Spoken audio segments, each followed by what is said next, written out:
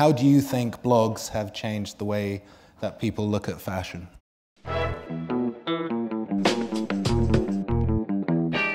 I think there has been tremendous changes in the fashion world in the last few years.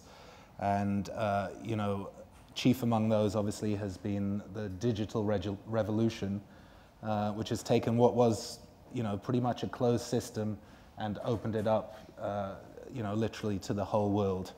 I like to think Style.com has, played a role in that, but obviously at the forefront have been bloggers and blogging. So I'm going to start with Leandra.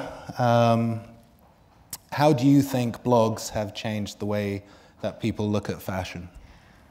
This is an interesting question, and I think it comes up very frequently. I think that the answer to the question is constantly changing, but most, I guess impressively, what blogging has done has given a voice to people who may not have been able to speak on this megaphone about fashion in a space that allows for the voices to accrue respect.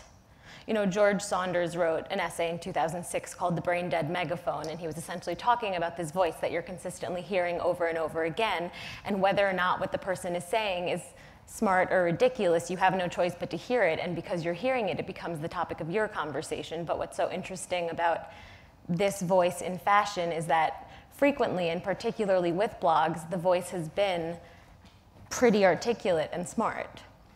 So voice. The democratization of voice. And how did the sort of traditional fashion media greet bloggers? Were they receptive? Were they a little threatened at first? What did you think? I don't necessarily know that it was threatened. I don't think that blogs ever, or at least Man Repeller, never intended to threaten the existence of a traditional fashion publication. I think that for as long as we continue, we're always going to be two separate entities coexisting and perhaps helping each other, but one will never trump the other. That said, I think that there was definitely a little bit of pushback, but that in recent, I suppose, months, because it's too raw to say years, there has been a lot more, I guess, comfortable coexisting. And were you surprised how quickly your site has grown and how you've sort of become part of the establishment in such a short period of time? Yes, has that been a surprise? Or? Absolutely, but I don't think that's necessarily a testament to my capabilities so much as it is what the internet has afforded, and people like Mark Zuckerberg and Jack Dorsey and Kevin Systrom, who launched these incredible platforms for people to become people with a capital P. So that's very interesting for sure. My dad always jokes that in his day, your metric of success was measured in dollars, and in 2014, it's measured in a dense social following. Well, I think that's an interesting point, actually, is how do you sort of monetize this, and does that even matter anymore, or is it more about the influence? And Well, I think in fashion specifically, the currency seems to be respect. So I don't know necessarily that it's as important, but when push comes to shove, specifically, I suppose, if you're working in fashion, you like nice things. You're compelled to be among nice things and to interact and engage with them. And it is human nature to get hungry, is the other thing.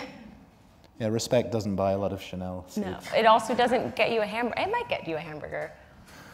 But then, talking of Dorsey and those guys, and social media has then come along, and in a way, I'm not going to say it's supplanted the blogs or websites, but it's certainly become a huge force in its own right. And particularly, I think Instagram in the fashion world has exerted a huge influence. And that's really just in the last year or so. How do you see the sort of importance of influence now? Is it as important as your blog, what you do with your Instagram account and your followers, or how do you see that?